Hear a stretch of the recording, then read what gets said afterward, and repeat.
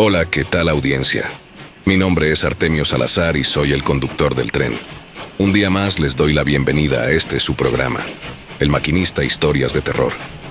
Así que prepárense un café, pónganse los audífonos y disfruten este relato.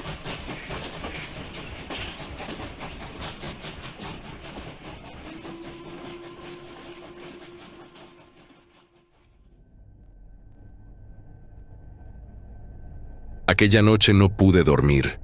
Por más que lo intenté, el silencio de mi apartamento me jodía la mente. Después de dejar a Gillardino encerrado en el búnker, mi mente daba vueltas y vueltas sin detenerse, repitiendo cada palabra de su confesión como una cinta rayada que se negaba a silenciarse. Incluso, y me duele admitirlo siendo un oficial con mis años de servicio, llegué a sentir miedo. No el miedo táctico al que estoy acostumbrado, sino un miedo primario, el tipo de terror que siente un animal cuando intuye al depredador en la oscuridad. Apenas pegaba los ojos y mi imaginación me traicionaba. Visualizaba con claridad brutal aquella masacre del Cretácico que el sacerdote había descrito. No veía el asteroide que nos enseñaron en los libros de ciencia, esa roca accidental y estúpida. Veía las naves, veía esas estructuras geométricas negras descendiendo del cielo azul prehistórico, actuando no con furia, sino con una eficiencia matemática y fría. Me imaginaba los rayos de energía barriendo la selva, los cuerpos de las bestias gigantes cayendo sin ruido, apilados como basura en vertederos. La imagen de las cargas de demolición siendo insertadas en la corteza terrestre para simular un desastre natural me perseguía. La idea de que nuestra historia, la base misma de nuestra geología, fuera una mentira construida sobre un exterminio planificado, me helaba la sangre más que cualquier invierno ruso. Si ellos limpiaron el planeta una vez con esa facilidad para preparar el terreno, la pregunta que martilleaba mi sien no era cómo lo hicieron, sino por qué. Tenía a un hombre oficialmente muerto en mi sótano, un fantasma del Vaticano que había visto la cara de los arquitectos de la destrucción y sabía que no podía dejarlo así. Al amanecer tendría que volver a bajar a ese agujero de hormigón. Tenía que mirarlo a los ojos y hacerle la pregunta que me aterraba formular, la pregunta que iba más allá de los dinosaurios y apuntaba directamente a nosotros. Si usaron esa maldita máquina para ver el pasado lejano, ¿qué más ha visto? El silencio en el búnker se había vuelto perverso, cargado con el peso de la revelación sobre la prehistoria. Gillardino permanecía sentado frente a mí, con las manos entrelazadas sobre la mesa de metal, mirando el vaso de agua como si contuviera las respuestas al universo. Yo me pasé una mano por la cara, sintiendo la barba de un día raspar contra mi palma. La historia de los dinosaurios era un golpe a la ciencia, una bofetada a la geología, pero no dejaba de ser un evento lejano, algo que podíamos archivar bajo la etiqueta de catástrofes antiguas sin que afectara nuestra vida diaria. Sin embargo, mi instinto me decía que aquello no era todo. Nadie construye una máquina capaz de mirar a través del tiempo para detenerse en los lagartos. La curiosidad humana es un animal insaciable, y la curiosidad eclesiástica es, además, arrogante. Encendí otro cigarrillo. Necesitaba presionar. Necesitaba saber hasta dónde habían llegado. Gillardino, dije rompiendo el silencio con una voz que sonó más ronca de lo que pretendía. Vamos a dejar a los dinosaurios en sus fosas comunes por un momento. Usted me ha dicho que la misión era verificar. Me ha dicho que sus superiores querían confirmar la narrativa de la creación. El sacerdote levantó la vista. Sus ojos seguían teniendo ese brillo febril de quien ha visto demasiado. Así es. Y me quiere hacer creer que, teniendo en sus manos la herramienta más poderosa de la historia, se limitaron a ver un evento geológico. Me incliné sobre la mesa, invadiendo su espacio. No me insulte, padre. Si yo tuviera ese visor, no miraría piedras cayendo. Yo buscaría a mi padre, o a mi creador. Y el Vaticano El Vaticano vive de vender una imagen muy concreta de ese creador. Gilardino suspiró, un sonido largo y quebrado. Tiene razón, agente. No nos detuvimos. La tentación fue absoluta. Una vez calibrada la máquina, una vez que entendimos que podíamos sintonizar coordenadas específicas, los cardenales exigieron más. Querían ver el origen. No el de la Tierra, sino el nuestro, el del hombre. ¿Usaron el cronovisor de nuevo?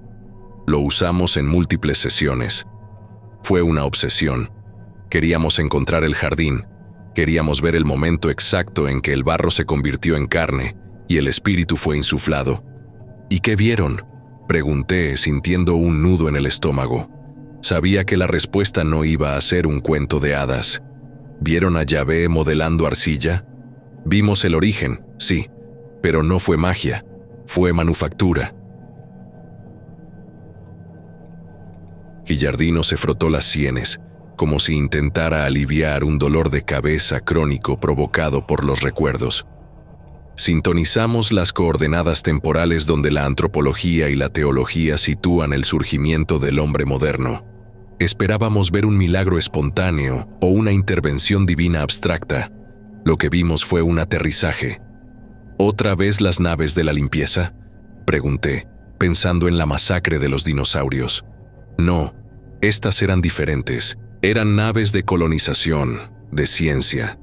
Descendieron en los valles fértiles, y de ellas no bajaron monstruos ni luces amorfas. Bajaron hombres, o al menos, seres que a nuestros ojos eran hombres, pero perfeccionados. Eran altos, de rasgos simétricos, piel clara, cabellos como el oro hilado o la plata. Irradiaban una salud y una fuerza que nosotros, en nuestra mejor forma, apenas podemos soñar. ¿Alienígenas con forma humana?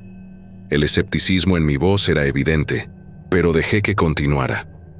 No eran alienígenas en el sentido peyorativo de Hollywood. Eran nuestros arquitectos. En los registros estelares que pudimos decodificar parcialmente en las pantallas del visor, su procedencia apuntaba a un cúmulo estelar específico. Las Pléyades, así decidimos llamarlo, sin saber exactamente que así sea. Me reí. No pude evitarlo. Solté una carcajada seca y cínica que rebotó en las paredes de hormigón. ¿Pleyadianos?, dije con sarcasmo. ¿Me está diciendo que el gran secreto del Vaticano es una teoría de conspiración de Internet? ¿Hippies espaciales? Gilardino no se ofendió. Me miró con una seriedad que borró mi sonrisa de golpe. Puede sonar absurdo para quien lo escucha por primera vez, pero esa fue exactamente la reacción inicial de quienes tuvieron acceso a los registros. Risas nerviosas, incredulidad, burlas suaves, hasta que el visor mostró algo imposible de negar. No símbolos, no metáforas, no relatos místicos, sino procesos claros, repetibles, documentados, laboratorios, procedimientos, intervenciones directas sobre formas de vida terrestres. Los pleyadianos no llegaron como dioses ni como salvadores espirituales. Llegaron como científicos. Observaron la Tierra cuando lo más cercano a nosotros eran homínidos primitivos, criaturas bípedas, con una capacidad cognitiva limitada, adaptadas al entorno pero sin lenguaje complejo, sin pensamiento abstracto desarrollado, sin conciencia de sí mismas como especie. No éramos humanos. Éramos material biológico funcional, pero incompleto para los estándares de ellos. La clave es entender algo importante. No hubo una cruza física, no existió un acto zoofílico, ni una reproducción directa entre especies. Eso es una mala interpretación humana, nacida del desconocimiento. Lo que ocurrió fue una intervención genética. Los pleyadianos tomaron ADN de esas especies de primates subdesarrollados y lo mezclaron con su propio código biológico. Sangre, genes, secuencias completas. No de forma caótica, sino mediante un diseño preciso. El resultado no fue un pleyadiano viviendo en la Tierra, sino algo distinto. El ser humano.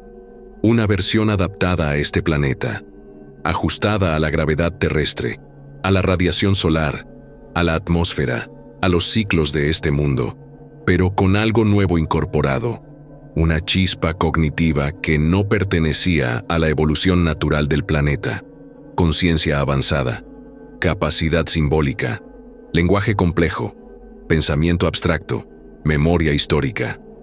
Preguntas sobre el origen y el destino. En términos simples, no descendemos directamente de los pleyadianos, pero somos un reflejo rústico de ellos. Compartimos patrones estructurales, no solo físicos, sino mentales. Nuestra necesidad de crear, de observar el cielo, de buscar respuestas fuera de la Tierra, no sería casualidad, sería un eco genético. Eso también explicaría por qué, a pesar de haber sido cruzados con una especie primate limitada, no somos simplemente animales más evolucionados. Somos algo extraño dentro del ecosistema terrestre, capaces de destruir el planeta, pero también de imaginar otros mundos, capaces de violencia extrema y de compasión profunda, una mezcla inestable. Si esta intervención no hubiera ocurrido, la evolución natural quizá habría seguido otro camino o se habría estancado. Pero lo que somos hoy no es el resultado exclusivo de la selección natural. Somos un experimento antiguo que aprendió a llamarse a sí mismo humanidad, sin saber que su origen está dividido entre la Tierra y algo mucho más antiguo que ella. Y eso, agente, es lo que el visor mostró. No creencias, no fe, procedimientos. Y una verdad incómoda. No somos del todo de aquí, pero tampoco somos como ellos. Somos el punto intermedio. Entonces, ¿somos un experimento de laboratorio? Pregunté, sintiendo que la idea me repugnaba más de lo que quería admitir. Somos hijos. Guillardino corrigió el término con suavidad. No nos crearon como esclavos, como temimos al ver la extinción anterior. Nos crearon como una extensión de su estirpe. Vimos cómo nos enseñaban. Vimos cómo los primeros humanos caminaban junto a ellos, aprendiendo agricultura, astronomía, ley. Eran los dioses que caminaban por la tierra en los mitos antiguos. No eran espíritus, eran pleyadianos, seres físicos, tangibles, que vinieron de las estrellas para sembrar vida inteligente. Me quedé callado, procesando. La idea era absurda y a la vez encajaba terriblemente bien con la obsesión humana por mirar al cielo. Entonces, padre, dije, y mi voz resonó con una dureza que buscaba provocarlo. Si tan maravillosos eran, si tanto se parecían a nosotros y nos dieron su código genético, ¿por qué se fueron? ¿Cuál es su objetivo de experimentar con simios, crearnos y luego huir? Porque eso es lo que hicieron. Nos dejaron aquí pudriéndonos en un planeta hostil. Guillardino suspiró, un sonido áspero que parecía venir del fondo de sus pulmones. Se frotó las sienes, una vez más, con esos dedos largos y huesudos, como si intentara ordenar el caos de memorias que el cronovisor le había implantado. No se pusieron de acuerdo, dijo finalmente. Su voz era baja, carente de la reverencia que había mostrado antes. Y quizá eso es algo que heredamos muy marcadamente de ellos. Mírenos, agente, mire nuestro mundo. Aquí poblaciones enteras pelean y se matan por fe, por religión, por sistemas económicos y sociales diferentes. Usted es ruso, yo soy occidental. Nos han enseñado a desconfiar el uno del otro por ideologías. Esa fractura, ese impulso hacia el conflicto interno, no es natural, es un eco. Es la herencia genética de sus disputas. ¿Disputas?, pregunté. Guerra civil en el paraíso. Justamente fue lo que ocurrió con ellos, continuó el sacerdote, ignorando mi sarcasmo. Hubo facciones. Hubo debate en el Consejo de los Creadores. Nosotros fuimos el tema de la discordia. Una gran mayoría de ellos sintió que el humano resultó un fracaso. La palabra fracaso golpeó la mesa más fuerte que mi puño. ¿Un fracaso?, repetí. Hemos construido civilizaciones, hemos llegado a la luna. Para ellos, eso es irrelevante. Nos vieron como seres defectuosos, demasiado vulnerables, demasiado débiles. Nuestra carne se rompe con facilidad, nuestra mente se quiebra bajo presión y, sobre todo, nuestro tiempo. Tenemos un periodo de vida que, para ellos, era un abrir y cerrar de ojos. Ellos viven en escalas de tiempo que nosotros no podemos procesar. Vernos nacer, crecer, envejecer y morir en 70 u 80 años les resultaba patético, efímero, como ver a una mosca de la fruta.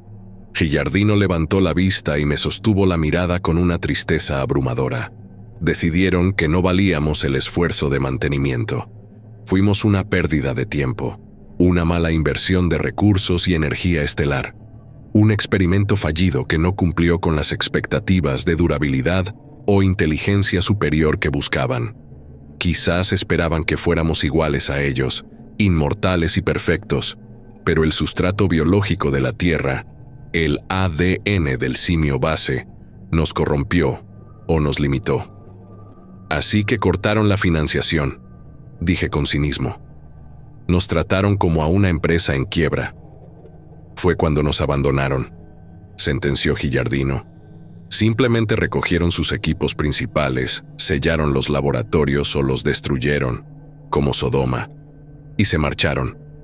Nos dejaron a nuestra suerte, como se deja un cultivo de bacterias en una placa de Petri que ya no interesa al científico, sin guía, sin propósito, con la inteligencia suficiente para mirar a las estrellas y preguntarnos por qué estamos solos, pero sin la capacidad para alcanzarlos y pedir explicaciones. Esa es la tragedia humana, agente Volkov. No somos los elegidos, somos los descartados. Vaya, qué extraños son nuestros creadores, aunque suponiendo que le creo a todo lo que está revelando, suponiendo que le creo al menos un 10% de lo que me ha dicho, dije, recuperando la compostura. Eso destruye la religión, convierte a Dios en un astronauta. No, agente, ahí es donde se equivoca, y ahí es donde el Vaticano entró en pánico. Gillardino se inclinó hacia adelante. Esto no destruye la fe, la refina, la hace real. Durante siglos hemos rezado a un Dios misericordioso que muchos consideran una abstracción o una fuerza invisible, pero lo que vimos nos dio un nombre y un rostro. Nuestro Creador existe. No es una metáfora, es una civilización. Saber que venimos de ellos, que tenemos sangre de las estrellas en las venas, eso debería elevarnos, pero la Iglesia, la institución, tiene miedo de perder su papel de intermediario. Si el Creador es un ser físico que vive en otro sistema solar, no necesitas un papa para hablar con él. Necesitas una antena o una nave. La lógica era aplastante. La Iglesia sobrevive porque administra el misterio. Si resuelves el misterio, el administrador sobra. Bien, dije, aceptando la premisa para seguir avanzando. Digamos que le compro su historia de los Pleiadianos. Somos sus hijos bastardos dejados en la tierra. Pero la Iglesia no se basa solo en el Génesis. Se basa en una figura central. Se basa en Cristo. ¿También miraron eso? Se atrevieron a apuntar su cámara al año 0. Gillardino bajó la mirada a sus manos de nuevo. Hubo un silencio largo. Sabía que estábamos cruzando una línea roja. Para un sacerdote, esto debía ser más doloroso que cualquier tortura física. Lo hicimos. Su voz fue apenas un susurro. Era imperativo. Si el Antiguo Testamento era la crónica de nuestra creación y colonización, necesitábamos saber quién fue Él. Necesitábamos saber si Jesús fue una intervención divina mística o otra cosa. ¿Y qué fue? Sintonizamos Galilea. Vimos los sermones, vimos los milagros. Agente, los milagros no eran magia, eran tecnología o biología superior. Explíquese. Cuando Jesús sanaba a un enfermo, no recitaba conjuros. Vimos, a través de los filtros de espectro del visor, que sus manos emitían una energía radiante, una frecuencia que regeneraba el tejido a nivel celular instantáneamente. Cuando multiplicaba los panes y los peces, Vimos manipulación de la materia, replicación molecular, cosas que para un campesino del siglo I eran divinas, pero que para una civilización avanzada son física aplicada. ¿Está diciendo que Jesús era un pleyadiano? Estoy diciendo que su ADN no era de este mundo. Aparte, recuerde que así como muchos de ellos consideraron que éramos un producto fallido, aunque minoría, hubo quienes nos vieron como una magnífica creación, y Yeshua ben Yosef fue uno de ellos. Guillardino levantó la vista y sus ojos brillaban con una mezcla de reverencia y misericordia. Vimos su aura en el visor. No era como la de los humanos que lo rodeaban. Su estructura energética era idéntica a la de los seres que vimos en el origen. Era uno de ellos, quizás un enviado directo, quizás un híbrido puro nacido para reconducir el experimento, para recordarnos las leyes éticas de nuestros padres estelares. Un operativo infiltrado, traduje a mi lenguaje. Un hermano mayor. Guillardino sonrió con tristeza. Alguien que vino a decirnos: recordad quiénes sois, recordad de dónde venís. Todo su mensaje: mi reino no es de este mundo, soy hijo de aquel que me envió. Todo cobra un sentido literal, agente. No hablaba en parábolas místicas. Hablaba de geografía estelar. Hablaba de su hogar. Me levanté y caminé por la habitación. Intentaba fingir que llevaba el control, pero me sentía perturbado, intranquilo, derrotado. Entonces la crucifixión. Empecé. Fue el momento más difícil de ver. Guillardino se estremeció. Vimos cómo se dejaba capturar. Podría haberlos aniquilado con un pensamiento, con la tecnología que llevaba en su propia sangre. Pero se dejó matar. ¿Por qué? Para dejar un impacto emocional indeleble. Para anclar el mensaje a través del sacrificio. Pero lo que pasó después, la resurrección. ¿Qué vieron en la tumba? No vimos ángeles con alas de plumas. Vimos seres de luz, sí, pero luz que emanaba de trajes, de dispositivos. Entraron en el sepulcro, no para rezar, sino para recuperar. Vimos cómo su cuerpo era reactivado. Vimos cómo salía de allí, no como un fantasma, sino físico, restaurado. Y la ascensión. Déjeme adivinar, interrumpí. Una nave, una extracción, asintió. Una luz bajó del cielo, sólida, tangible. Él subió hacia ella ante la vista de sus discípulos. No fue al cielo abstracto. Volvió a casa. Volvió a las naves que orbitaban. Misión cumplida. Me quedé mirando la pared de hormigón, imaginando la escena. Era tan plausible que asustaba. Explicaba todo. Las luces en el cielo, los ángeles, los milagros, la sabiduría inexplicable. Guillardino, dije volviéndome hacia él, si esto es verdad, si Jesús fue un visitante de las Pléyades enviado para guiarnos, ¿por qué es esto un secreto? ¿Por qué el Vaticano quiere matarlo por contar esto? Usted mismo dice que no ataca la fe. Al contrario, confirma que fuimos amados, creados y guiados. Amigo, creo que usted no está entendiendo. El mensaje es demasiado claro. Este secreto le quita el poder a la institución, respondió él con amargura. Si se sabe que Jesús fue un extraterrestre, un ser físico de otro mundo, entonces la Iglesia deja de ser la guardiana de las llaves del reino. Se convierte simplemente en un club de fans que no entendió la película. Si la gente sabe que nuestro Creador tiene una dirección postal en las Pléyades, empezarán a mirar a las estrellas en lugar de mirar al altar. Empezarán a buscar contacto, no penitencia. Y eso es peligroso para el negocio. Es letal para el control. La Iglesia se basa en que somos pecadores miserables expulsados del paraíso, que necesitamos intermediarios para salvarnos de la ira divina. Pero si la verdad es que somos un proyecto genético amado, una versión joven de una raza estelar superior, y que Jesús fue nuestro hermano enseñándonos el camino a la madurez, entonces no necesitamos sacerdotes, no necesitamos culpa. Solo necesitamos crecer, y la Iglesia no puede permitir que la humanidad crezca. Necesita que sigamos siendo niños asustados en la oscuridad. Así que borraron las cintas, destruyeron todo, quemaron los informes. El cardenal a cargo del proyecto dijo que era una prueba del demonio para confundirnos. Prefirieron creer que la máquina estaba poseída antes que aceptar que sus dogmas eran interpretaciones erróneas de un contacto extraterrestre. Decidieron que la humanidad no estaba lista, que la verdad causaría el colapso de la sociedad. ¿Y usted qué cree?, pregunté. Usted es cura, ha dedicado su vida a esto. ¿Cómo encaja esto con su fe? Gilardino me miró con una paz extraña, la paz de quien ya no tiene nada que perder.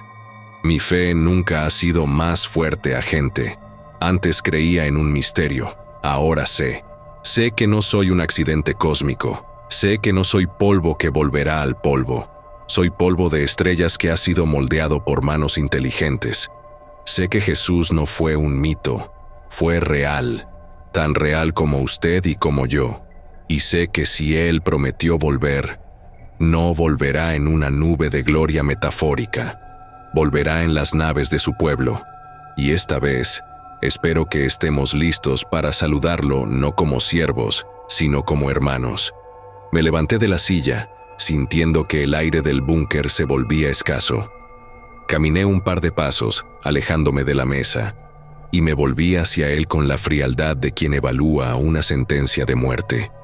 Su fe es conmovedora, padre, pero su lógica tiene un agujero del tamaño de un cráter, dije. Usted habla de hermanos, habla de un regreso glorioso, pero antes me dijo que barrieron este planeta sin piedad para limpiar el tablero. Si ellos vuelven y ven en qué hemos convertido su experimento fallido, si ven el caos, la suciedad y la violencia que hemos perpetrado en su ausencia, ¿qué le hace pensar que nos darán un abrazo? Me acerqué de nuevo, apoyando los puños sobre la mesa metálica, invadiendo su espacio visual. ¿Y si llegan a aniquilarnos como ocurrió con los dinosaurios? Lancé la pregunta, dejando que la brutalidad de la posibilidad colgara en el aire entre nosotros. ¿Qué pasa si el regreso de Cristo no es un rescate, sino una demolición controlada porque el edificio ya no sirve? Gilardino no parpadeó. Me sostuvo la mirada con una calma que no era humana, una calma que helaba la sangre porque implicaba una aceptación absoluta de cualquier destino. Nada habría cambiado, respondió con voz suave, casi un susurro. Y todo sería como siempre debe ser. Hay una frase que repetimos en cada misa, agente, sin entender su peso real. Hágase tu voluntad en el cielo como en la tierra. Si la voluntad de los creadores es reiniciar el ciclo, entonces esa es la justicia divina. La respuesta del sacerdote me aterró más que cualquier amenaza física que hubiera enfrentado en mi carrera. No había fanatismo en sus ojos, había sumisión biológica. Estaba aceptando el genocidio de la especie humana no como una tragedia, sino como un derecho administrativo de los propietarios del planeta. Para él, si nos borraban del mapa, no era un asesinato, era una corrección de inventario. Sentí un escalofrío recorrer mi espalda. Tenía delante a un hombre que, en el fondo, ya había aceptado su propia obsolescencia. Gilardino notó mi reacción. Una sonrisa triste y cansada curvó sus labios secos. «Quite ese rostro de miedo, agente Volkov», dijo, rompiendo mi parálisis momentánea. «El miedo nubla el juicio, y ahora necesito su juicio. Conteste esta pregunta, pero sea lo más objetivo posible. Quítese la bandera rusa y la piel humana por un segundo. ¿Usted cree que esta tierra merezca a la raza humana como sus pobladores principales?» La pregunta me golpeó como un disparo a quemarropa. Abrí la boca para defender a mi especie, para hablar de arte, de amor, de progreso, pero las palabras se murieron en mi garganta. Me quedé en silencio, y en ese silencio, mi mente de oficial de inteligencia empezó a proyectar un archivo rápido de lo que somos. No pude evitarlo. Pensé en la historia de mi propio país, en los gulags, en las purgas, en cómo nos hemos matado por ideas abstractas. Pensé en las guerras que he visto, en los hombres jóvenes destrozados por la metralla en fronteras invisibles trazadas por la codicia. La raza humana no ha cuidado la granja, la hemos saqueado. Pensé en los océanos que hemos llenado de plástico y veneno, en los bosques que hemos quemado para plantar dinero, en la atmósfera que hemos saturado de humo hasta que el cielo se ha vuelto gris. Hemos actuado como un virus, consumiendo al huésped sin pensar en el mañana. Hemos llevado a la Tierra a un colapso lento y agónico, una tortura prolongada que ninguna especie animal infligiría a su entorno. Si yo fuera el dueño de esta casa y volviera después de un largo viaje para encontrar que los inquilinos han roto las ventanas, han defecado en el salón y están prendiendo fuego a los muebles, no les renovaría el contrato. Llamaría a la policía. O en este caso, llamaría a los exterminadores. Gilardino seguía mirándome, esperando una defensa que no llegaba. No, dije finalmente, y mi voz sonó hueca en el sótano. Si somos objetivos, somos una plaga. Hemos fallado. El sacerdote asintió lentamente, cerrando los ojos. Entonces rece, agente. Rece para que cuando vuelvan tengan piedad de su experimento fallido. Porque si buscan justicia, estamos condenados. Me senté de nuevo, abrumado. La visión de Gilardino era, a su manera, hermosa, pero también era la pesadilla de cualquier sistema de control. Un Dios democrático, físico y accesible. Un Dios que no pide diezmos, sino evolución. Usted entiende que esto es dinamita, le dije. Si publicamos esto, no solo el Vaticano vendrá a por nosotros. Todas las religiones monoteístas, todos los gobiernos que dependen del orden social establecido, todos querrán enterrar esto. Nos está dando una nueva realidad. No les estoy dando una nueva realidad, agente. Les estoy devolviendo la memoria. La humanidad tiene amnesia. Nos han hecho olvidar quiénes somos para poder gobernarnos. El cronovisor solo nos mostró lo que ya sabíamos en lo profundo de nuestro ADN. Por eso sentimos esa soledad cuando miramos al cielo nocturno. No es soledad, es nostalgia. Extrañamos nuestra casa. Apagué la grabadora. El clic del botón sonó como un disparo en la habitación. Esta cinta, dije, sopesando el pequeño aparato en mi mano. Esto vale más que todo el oro del Kremlin, y es más peligroso que todo nuestro arsenal nuclear. Haga lo que deba con ella, dijo Gilardino cerrando los ojos, agotado. Yo ya he cumplido. He dicho la verdad. He dado nombre a mi creador y sitio a mi salvador. Lo que ustedes hagan con eso ya no es mi carga. No, repliqué guardando la grabadora en el bolsillo interior de mi chaqueta. Ahora es nuestra carga. Y créame, padre, en Rusia sabemos cómo cargar pesos muertos. Pero esto pesa diferente. Me levanté y fui hacia la puerta. Antes de salir, miré al sacerdote una última vez. Ya no veía a un vagabundo loco. Veía a un hombre que había encontrado a su familia en el abismo del espacio y el tiempo, y que había sido condenado por ello. Le traeré comida, dije, y quizás un mapa estelar. Si vamos a esperar a que vuelvan sus parientes pleyadianos, será mejor saber por dónde mirar. Salí del búnker, dejando atrás al hombre que había reescrito a Dios.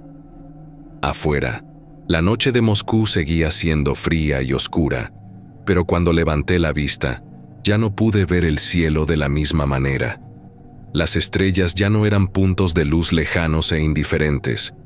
Eran vecindarios, eran el origen, y la idea de que Jesús pudiera estar ahí arriba, en una nave, esperando a que dejáramos de matarnos entre nosotros para bajar de nuevo, era, por primera vez en mi vida cínica y atea, una idea que me daba algo parecido a la esperanza, o al menos, una razón para seguir mirando hacia arriba.